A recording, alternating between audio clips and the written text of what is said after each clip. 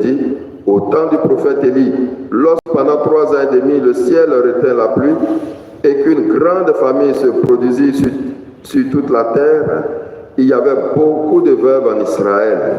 Pourtant Élie ne fut envoyé vers aucune d'entre elles, mais bien dans la ville de Sarepta, au pays de Sidon, chez une veuve étrangère.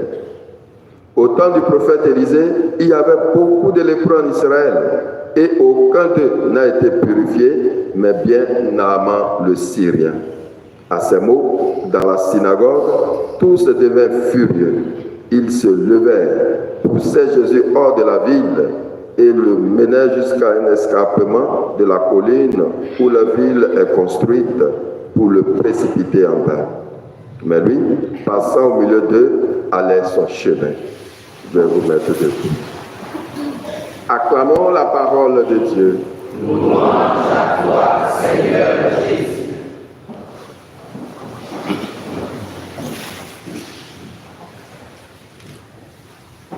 Chers frères et sœurs, la première lecture que nous avons entendue tout à l'heure, tirée de la lettre aux Corinthiens, l'apôtre Paul est très clair.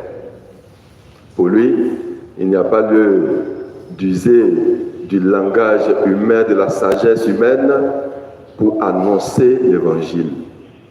Parce que l'évangile doit s'annoncer dans sa pureté. Et quand il est annoncé dans sa pureté, c'est dérangeant. C'est très dérangeant. Et donc pour lui, il faut que l'évangile s'annonce dans sa pureté, dans sa vérité. Et cette vérité-là, c'est que le Christ est venu dans notre monde. Il a souffert sa passion. Il est mort avant de ressusciter. Et donc, pour cela, point nécessaire de cacher cet aspect des choses. Il faut dire l'évangile tel qu'il est, tel qu'il se présente. Et c'est pour cela qu'il est fier de dire que lui, il n'a pas utilisé le langage et la sagesse des hommes. Il a donné l'évangile. D'ailleurs même, c'est dans la crainte, tout tremblant. C'est pas s'il allait à la hauteur qu'il s'est présenté à eux, les Corinthiens. Et il a déclaré, il a donné l'évangile dans toute sa pureté. Que ça dérange, que ça nous appelle à la conversion, que ça nous arrange, c'est qu'on est sur le bon chemin et on continue.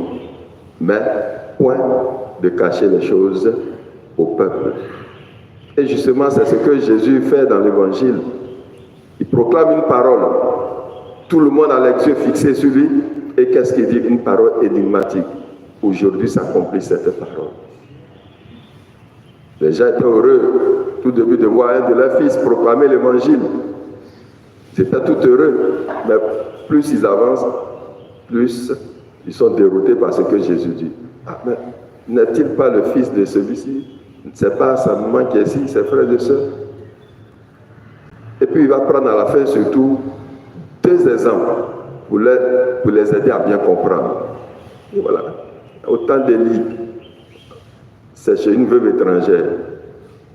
Autant d'Élisée, bon, ainsi de suite. Comme pour dire que ce sont les étrangers qui souvent s'ouvrent plus à la parole, qui acceptent la dureté de la parole.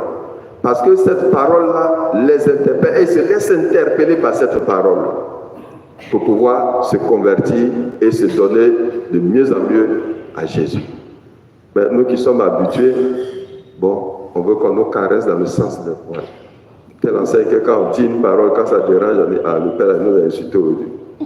Non, il ne vous a pas insulté, il a dit ce que la parole dit. Maintenant, si tu te sens touché, tu te convertis. Lui-même, quand il dit aussi, si ça le touche, il se convertit. Parce qu'avant de dire, lui-même, il médite. Alors, s'il médite que ça le touche, lui aussi, il doit se convertir. Donc, tous nous sommes appelés à nous convertir devant la vérité et l'authenticité de la parole. Et c'est ça qu'il faut retenir aujourd'hui, frères et sœurs. Alors, donc, au cours de cette célébration eucharistique, demandons au Seigneur de nous aider à entrer dans l'intelligence de la parole et surtout à nous convertir devant cette parole. Amen.